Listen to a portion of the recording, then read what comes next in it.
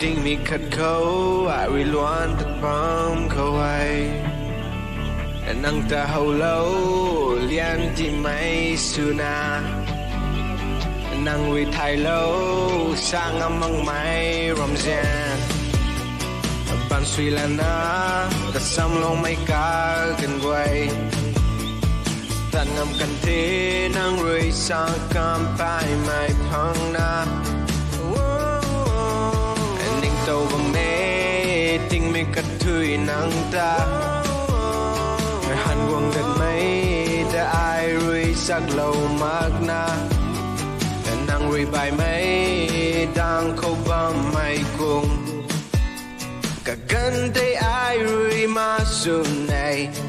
quăng đã rô ai sang âm mặc khay tất cả đủ thô ai biến bầm căn thay nắng luôn cha đây hao lâu khâu rồi say tiếng mic phao ninh tàu bầm mây thay lâu aram diện đây in sang tuồng ngày ai nang ta in diện bầm mây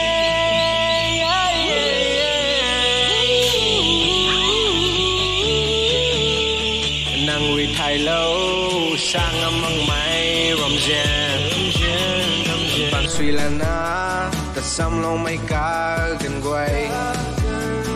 tận ngầm cần thế nang rồi sang cam pai mai phăng na